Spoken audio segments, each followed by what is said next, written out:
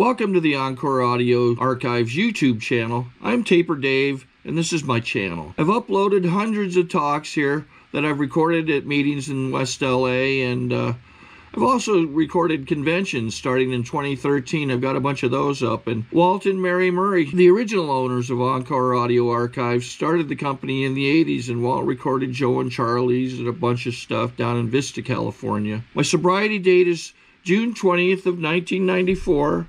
I hope you find something you like, so please like and subscribe to my channel and comment down below. If you want to hear something that I don't have or that you don't see, I'll see that I get it. Anyways, take care and have a great day if you want to. Okay, join me in welcoming our main speaker this evening, Harvey.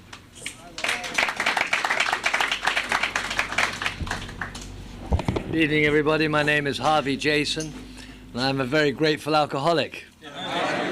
It's a pleasure to be here. I want to thank Justin for inviting me to speak. It's always a privilege and an honor to speak at a meeting of Alcoholics Anonymous. I'm never sure whether it's a pleasure, but it's at least an honor, and it's a privilege. And I want to thank Paul for a wonderful share. You know, it is such a joy to have Paul in my life and to see virtually a metamorphosis, how somebody can really blossom and come out of a period of darkness, you know, and pessimism and fear and insecurity, and develop into such a terrific man, a true man, and a great representative of Alcoholics Anonymous. And I love you, Paul. And that's before I saw Brokeback Mountain or anything. Excuse me.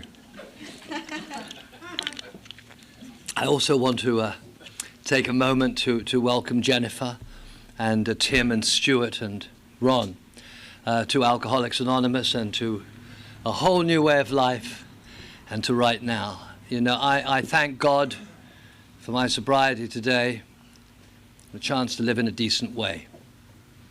And that's a whole new concept for me, to live in a decent way. I have always believed in God, but in retrospect, I realized that I grew up and still am an observant Jew. I think I'm the only Jew in Alcoholics Anonymous. And my Judaism, which I love, is completely and absolutely compatible with the program and the 12 steps of Alcoholics Anonymous. And I tell you why, because I believe that the generic base for both Judaism and for Alcoholics Anonymous can be summed up in 4 words, and that is do the right thing. Do the right thing. If I do the right thing for Harvey and do the right thing for other people, I am living, I believe, in the way that God wants me to live. And for so many, many years, I was so immersed in self. I was so fueled by fear and by insecurity and by guilt and by shame that I never really allowed myself to see what was really there. You know, I believe that when I'm trapped in my disease of alcoholism, and when I am drunk so very much of the time, what I have done is to shut myself off from the perception of truth. Because what happens for me is that truth is whatever I choose it to be. When I'm drunk, I'm adjusting reality. I'm not seeing what's really out there. I'm seeing what I want to be out there. And so today, when I hear of people who've left the program, who have made a conscious decision to go out and drink again, and I believe it is a conscious decision. It's my own subjective opinion, but I believe that the word slip is a misguided term, and I believe that there is a conscious decision made. And that conscious decision is very simple. It's I'd rather be drunk than sober. That's all it is. And why would I rather be drunk than sober? Because I want the world to be the way I want it to be, not the way it really is. And so for me, it's a trade, you see. I've had to give up a lot of things to live a life in Alcoholics Anonymous. I've had to give up guilt. I've had to give up shame. I've had to give up lying. I've had to give up a worship of myself, an immersion in myself, an obsession with myself. Tell you what, I don't know when it was that the world stopped revolving around me, but I think it's when God brought me through the doors of Alcoholics Anonymous. And to show you how superficial I was, and in many ways I suppose still am, I'd wake up in the morning with that terrible taste of carpet in my mouth, whether I woke up in a strange place or in the car, on the street, or wherever, in jail, wherever it was, and reeking of vodka which doesn't smell, and my head throbbing. You know, I don't have to explain the feeling. You know the feeling. It's just a horrendous shaking all the time, and feeling I'm not going to do this again. I'm not going to do this tonight. I'm absolutely not going to do this. And all it took for me to get out of knowing what a scumbag I was, all it took was one person to come up to me and compliment me about anything. Say something complimentary to me, and then I thought, you know what? Yeah, that's right. Yeah, absolutely. I forgot all the guilt. I forgot any of that, because I believed what I wanted to believe. I believed all the superficial things. Anyway, I'm going to tell you how all this came to pass. I'm sure to your surprise, I'm not from here originally. I was born in London. I was born in England during the war. I know you thought I was from a little Appalachian mining town, but it's not the case. I was born in London, and the V2 rockets were bombing London. Our house got bombed by a V2 rocket. And I'm fond of saying this, actually. The V2 rocket was designed by a Nazi scientist called Werner von Braun, who wrote a book, and his book was called I Aim at the Stars. And I always thought it should have a subtitle. It should be called I Aim at the Stars, but sometimes I hit London. You know. And so we got bombed, and I come, by the way, from a I'm an only child, very, very loving mother and father. As I say, an observant and sophisticated and enlightened Jewish home. I was terribly close with my mother and very close with my father, more so with my mother because my father's business took him on the road a lot. And so my childhood was nothing short of absolutely idyllic. But as we all know, alcoholism doesn't, one doesn't have to come from an abused or damaged childhood. And alcoholism crosses all boundaries, all borders, all races, all sexes, all colors, all professions, or economic strata. And so I grew up really in a wonderfully, wonderfully loving home, totally loving. My mother instilled in me a love of the arts and a love of poetry and a caring for people. And the older I get, I realize that all of the good things that my mother tried to instill into me and which I was so rebellious about for a long period of time, I now realize how wonderfully important they all are. And she's been gone for almost 28 years, and I miss her on a daily basis, dreadfully. But her inspiration and her beauty is with me always. Anyway, so I got sent, it was, what happened in London, in England during the war, is that if you lived in London, they took all the kids and they sent them out to the country, to boarding schools, because of the bombing. And I got sent to a school that had, I was one of 6 kids, I think it was, 5 or 6 kids, boys, that was sent to what had been an all-girls boarding school.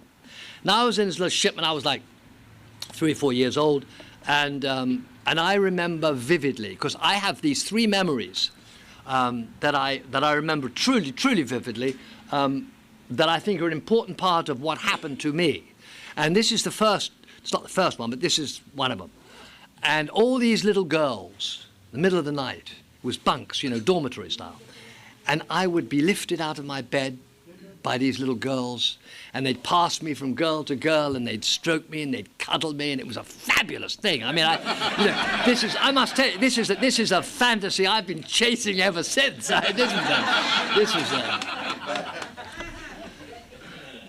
The first of my memories, and it's interesting to me that each of these memories involves being loved. The first memory, I was no more than 18 months old, and I may have been less, and it was in the bathroom of our house in London, and my mother had just given me a bath, and there was a rocking chair in the bathroom, and I can see it honestly as though it were yesterday. She had bathed me, and she had me in a very warm, fluffy towel, And she was holding me, drying me in this rocking chair and just holding me. And that feeling of being loved, really, truly loved and cared for and sheltered and protected was the most marvelous thing. And I can experience that feeling now.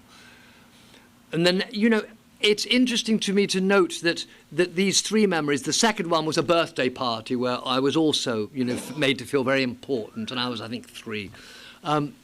All about love. And so I grew up, I think, with the expectation that I would be loved.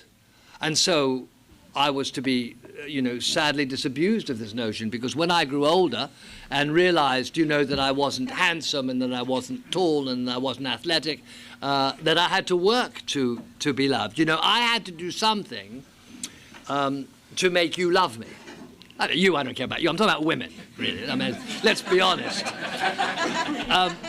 But I mean, so I had to, you know, and what then progressed was that I had to adopt a certain series of characters, if you like, a masquerade. You know, I had to put on different masks. So as I grew up and well into adulthood, I was, I had really, without a sort of a true identity, I was whoever you wanted me to be. You know, if I were with you, I'd be one way, and I knew you liked certain, I'd be another way with you. And so I really didn't know who I was or who Harvey was. And it's a horrific thing to come to that realization. So while I say that I didn't come to alcohol until later, I had alcoholism from the get-go. I mean, I have an alcoholic psychology, and it's warped, and it's really twisted. And I'm aware of it. And an example of it, that there are many examples of it, the one that I'm going to tell you about is that when I was 19, I was in New York, and I was living with a woman who was a few years older than me, and things were going extremely well. I had already decided on what I wanted to do with my life in terms of a profession, and it involved being loved by a bunch of strangers. But nonetheless, that was important to me. So I was living in New York with this girl, and Castro was coming down to take over Havana. And I got it into my head that he would be greatly helped by my physical support, that I should get down there. Now, this was no joke. I absolutely believed that he needed me.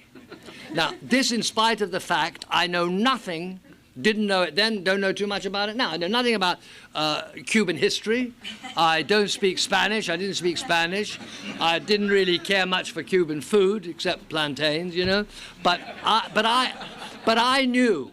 I mean, I absolutely knew, and I'm not saying this to be in any way funny or humorous. I knew with absolute conviction that Fidel Castro and his brother Raul and Che Guevara needed my help. So I said to my girlfriend, we've got to get down to Key West, and then we'll take a boat, a banana boat or something, over to Havana, and then I'll go up to Oriente Province and meet my friends. And and I had visions of, you know, coming down on horseback. I don't ride horses either. I'm not coming on horseback down from the hills, riding through the streets of Havana with people throwing flowers at me and Che. You know, it was absolutely absurd. So we hitchhiked down to Key West, and of course at this point it was all closed. You couldn't get over to Cuba. There was no way. Everything was closed. They're stuck in Key West. So I did what I thought was the most sensible thing, and I helped my girlfriend get a job. I had no money, and then we stayed there for a while, and we came back. As I say, I did not find it necessary to drink as long as things were going well. I began to work at my profession in New York, and in fact, it's not long after that I got married, not to this one, but to somebody else. I believed at this point in love at first sight. I hadn't realized till later that I think love at first sight is simply a side effect of heavy drinking. But the fact was, I met this girl, and she was ravishingly beautiful, actually. She was absolutely gorgeous, and she was English, and she was socially connected, and she was rich and very sexy, and and she didn't have a brain in her head, really. She was perfect for me. She was absolutely perfect for me. I've also come to realize she did, in fact, have brains. I was the one that didn't have a brain in my head. So I married this girl. Actually, I tell you this, when I was doing my 8th step, I had to make amends to her, and I didn't know where she was. And the last image she ever had of me was collapsed in a drunken stupor between the cases and the luggage at JFK, the airport in New York. And I can see the expression of disgust in her eyes as she looked down at me, you know, sweating and reeking of alcohol and in a total drunken state on the ground. And that was an image that I came to see a lot of, you know. A lot of people looked at me that way over the years. So anyway, I wanted to make amends. I had to make amends to her, and I didn't know where she was. Through a series of circumstances, we found her phone number. Now, this is a woman who was as cold as ice when you met her, really intimidating. And it was all insecurity, and she was really lovely, actually, quite nice. But I was terrified, and I dialed that number, and my heart was going like this. And at first there was no answer, and I was terribly relieved. And I tried again about a half an hour later, and the phone got picked up. And this cold voice, exactly the same but older, that I had known so well, got on the phone and said, "Hello?" And when I got my voice, I said, "Hello, Helen?" And she said, "Who is that?" I said, well, actually, I said, you know what, this is really it's a voice from the past. She said, "Who is it?"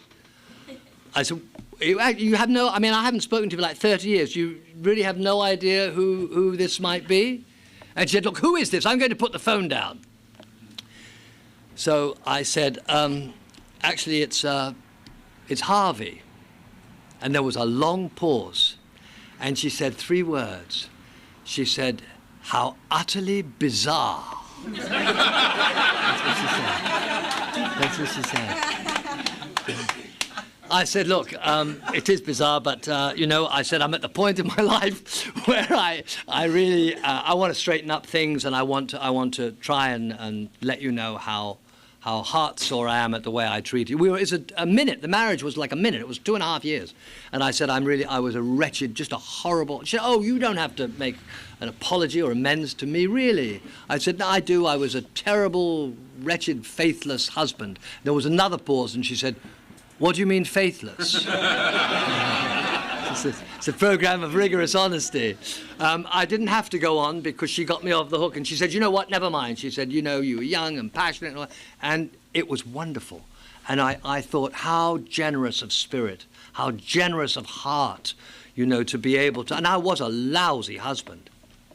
What happened to me was I got a job out in California, and I came out here, and I didn't know anybody out here except an agent who'd brought me out here for this job of work. And what I hadn't realized was that, you know, dinner parties in California were not exactly social events. I mean, under the guise of social events, they're really sort of serious business. And now I love telling jokes. I know hundreds and hundreds and hundreds of jokes. I used to do, I know a lot of jokes, and I love telling them. And I had told this agent, you know, many, many jokes. And I didn't realize he'd invited me to this thing to meet some people, of course. But also I was supposed, I guess, to be sort of the entertainment for the night. Well, I got there, and I was so intimidated by all of these people. I was so insecure. I was insecure anyway, but I was really riddled with fear. I saw all of these people, and you know what? I sat at that table, and they were all drinking, and I had nothing to do. I had maybe a couple of drinks, but nothing serious. And I couldn't speak. I was rendered mute. I mean, I was literally mute. I could not get the words out. I was so full of fear, I wanted to run away. I felt so small. And I couldn't say anything. And the host and his wife were like, you know, looking at me, and I couldn't say anything. I left there none too soon, and I went back to the hotel, and what had happened was, before I came out, some friends of my parents owned a company called Bowler Wine. And the guy said to me, when you get out to California, let me know where you are and I'll send you a couple of cases of wine, you know. So I got back and the wine was there, I had told him. And I was feeling so awful about myself, just so wretched about myself. And I opened up the first bottle of wine and I drank the bottle of wine. And then I started to feel a little bit more calm, you know, and didn't feel quite so badly about myself. Then I remember opening the second bottle of wine, and I remember finishing the second bottle of wine. And then I thought, you know what, those people were lucky I went there to begin with. You know, it changed my whole perspective. Well, of course, as happens to so many of us, that's the elixir. That's the elixir. And so soon I had, of course, graduated from wine to booze. And then, as I say, it began to be such a regular thing. And I remarried and have a wonderful, wonderful, wonderful marriage. We've recently celebrated 35 years of marriage. And it's, I mean, you can only imagine what I've had to put up with over the 35 years. I have a wife who is, I mean, I am more in love, and she also is in Al-Anon, you know. And whenever I'm fortunate enough to be asked to speak, I always say, you know, you should come along and say you're from Al-Anon and you can have the Kleenex commitment, you know. But Al-Anon is a life-saving program. Anyway, we have a marriage that is truly heaven-made. And we have 2 grown sons, and yeah, wonderful, wonderful. But what used to happen to me was that I would go and buy my booze, and I would go and lock myself in the back. I have a study in the back of my house, and I would drink and drink and drink and get morose and get miserable and get disconsolate and just drink and get emotional. And when I took that first drink, I was not to know what would happen to me after that, which is the story that many of us seem to share. And I couldn't stop. And you know what? I didn't really want to stop, but I also didn't want to drink anymore. At the end, I didn't want to, but I had to. And what I would do was, when I'd awaken in the morning in another one of these drunken states, I would swear that I wasn't going to drink again that night. And so I have a Bible in my study, bless you, and I would go and I'd put my hand on that Bible, and I'd say, I swear, dear God, I swear I am not going to drink today. And I wouldn't. I wouldn't drink that day. I simply wouldn't. The next day I'd get up, and I thought, I'm going to swear, I can't drink today. And then I'd start to go and swear on the Bible, and then I'd think, no, I don't have to. I know I'm not going to drink today. I don't have to swear on the Bible today. The same bloody thing would happen again. And then all these disastrous things would happen. And I got very fortunate in the sense that in the line of work I was in, I was able to travel all over the world, and be taken all over the world. And I remember thinking at one point, isn't this a hell of a thing that I'm going to, whether it's Australia or Thailand or Europe a lot, the first thing I think of is not, wow, it's exciting, I get to see places, some I've never seen before. But the first thing I would think of was not that at all. It was, now I can drink, you know, without Pamela looking over my shoulder. Now I can do this. And then I'd be in terrible, terrible states. Just awful states, and not seeing half the places. I had to resolve this for myself. I knew I had a drinking problem. I didn't really deem it to be as serious as it was. I think I knew that in the back of my mind, but I couldn't imagine a life without alcohol. I couldn't conceive that I could go on without the booze.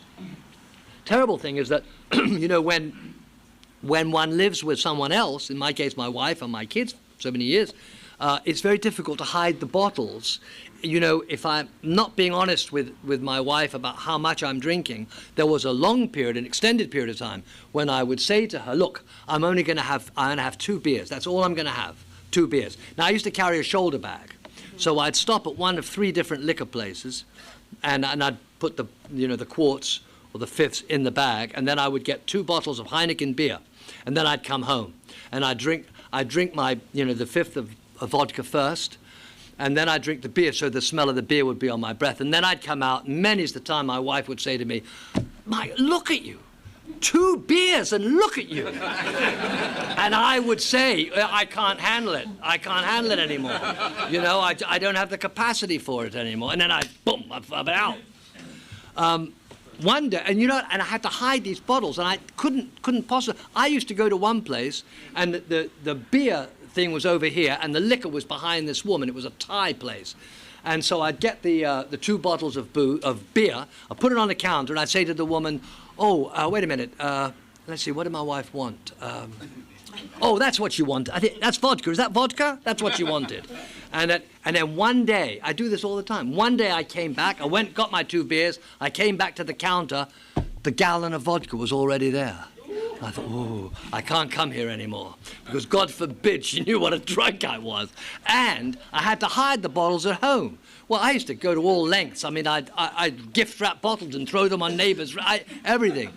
But I'd always been a book collector, see, and what happened was I had no reason to have we had a bath. My study is what used to be a maid's room and bath, and there's a bathtub there. So I had this woodworker cover it with a heavy slab of oak. And one day I was in the bathroom there, and I'm thinking to myself, hey, wait a minute. If I could get this thing up, I would have, like, a wonderful place for my empty bottles. Nobody would ever know. So I waited till everybody was out of the house. I got out my toolkit. It took me a hell of a long time, and I managed to pry up this huge, heavy oak thing.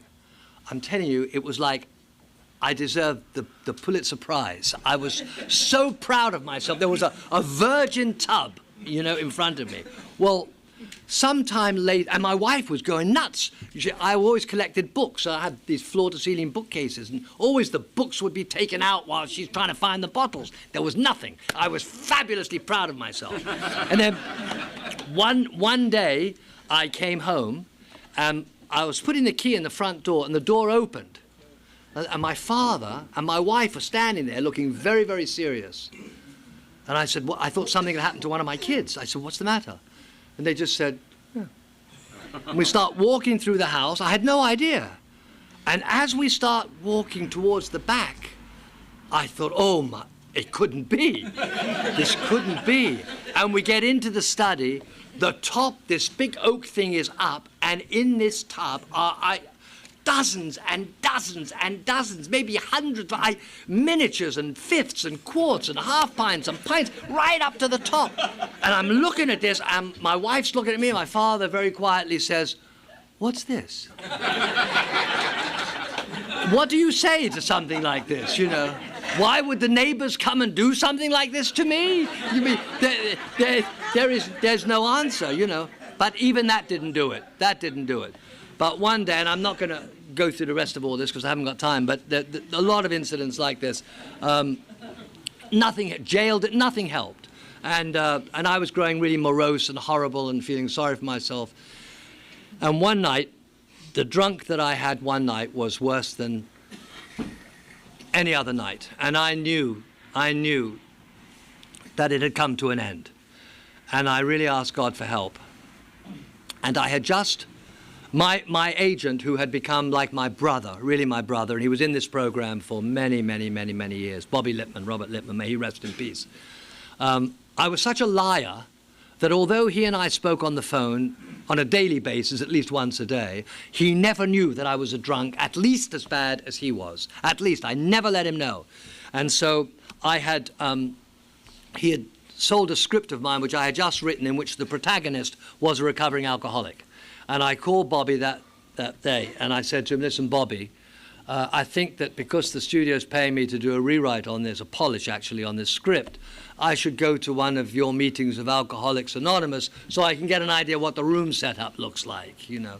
And I really believed this. I believed this. I met him on a Sunday morning on the corner of Pico and Robertson. And he hugged me and he said to me, Harvey, you don't know how lucky you are not to be a drunk like me. And I said, oh, I can imagine, Bobby, I know. And he took me into a meeting of the Robertson Originals. I saw the chairs and the keys on the chairs. And I sat down and I heard a woman speak. And although she was a woman and the situations were different, the emotions were exactly the same. And before I knew what was happening, I can remember feeling ice cold, and the tears were streaming down my face. And I knew that I was home, that I was really, really home. And that's a feeling that I will never ever forget. And it is a feeling that is with me constantly, because I am home. God has brought me home. He has given me a life through these 12 steps and through you people that I could never have imagined for myself in the best of times. I never realized, you know, I think it was Churchill who said, making a living, to make a living, you get a life. No, to make a living, you get a life. To make a life, you give. And I was such a taker all my life. And through Alcoholics Anonymous and the application of these marvelous steps, I've learned to give. And I've learned to give and to have found the giving so infinitely more rewarding than receiving anything. You people give me life, a life that is what life is meant to be. You know, as I say, I go to the Roxbury meetings, the Tuesday, the Wednesday, and the Friday, and while I love all the meetings of Alcoholics Anonymous, it is the Wednesday meeting where my heart sings. But every time I come into a room of Alcoholics Anonymous, we share a program for life. We share a dream which in the main for so many of us has reached fruition. And that's why to Stuart and to Ron and to Tim and to Jennifer, I hope that you'll give yourself to this program. And what it is, for me, I believe it's to be absolutely vulnerable. And some people call that surrender. To just be emotionally naked enough to say, this is me. All the faults, all the flaws, all the sins, all the guilt, all the shame, this is who I am. Please, God, through these people, show me how to be a better human being. Show me how to appreciate this life. I am so infinitely grateful that nothing ever can contain the feeling of gratitude I have every single day. My whole career changed through Alcoholics Anonymous. You know, it was always a pipe dream that maybe one day I could open up a really good first-class, first edition bookshop. And you know, a year after I was in this program, my younger son and I opened such a shop. And without false modesty, it had the success, which came virtually immediately, had very little to do with us. All we did was show up and do the things that I've been taught in Alcoholics Anonymous. Charge fair prices, be kind to people, be helpful, help people, build libraries of signed Hemingway and whatever it is. But just do what you taught me to do here. I wake up in the morning upright. I get right out of bed, I say my prayers, I have such a sense of optimism. It used to take big things for me to be grateful. I'm so grateful today for all the little things, you know, for the hugs I get from my wife and the kisses and for the looks in the eyes of my sons. I'm grateful, I know where I parked my car tonight. I mean, no, I thank God. And I specify to God, you know, I thank God for letting me wake up in my own bed and go to sleep in my own bed, you know, for everything. So I've outlived my time. I thank you all very, very much for allowing me to speak.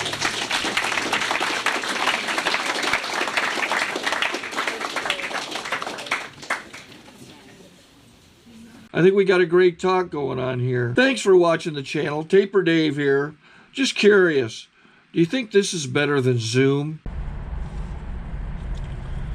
Okay, this is how I prepare my drone for launching. I like to do it inside the cab of my truck so I'm not standing outside in the weather. To install the joysticks for control, up and down, right and left, powered on. I have an Android phone that I use to connect it to the drone with. And it's actually controlled through the iPhone, through an app. Oops, wrong way. It's actually controlled through the iPhone, or through this Android phone, through the app. It's actually controlled through the Android phone through an app, and you connect it through this short connection right here.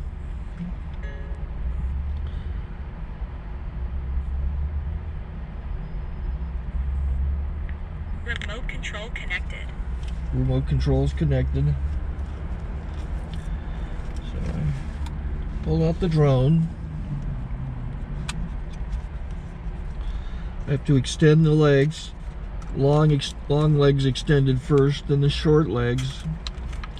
Remove the gimbal protector.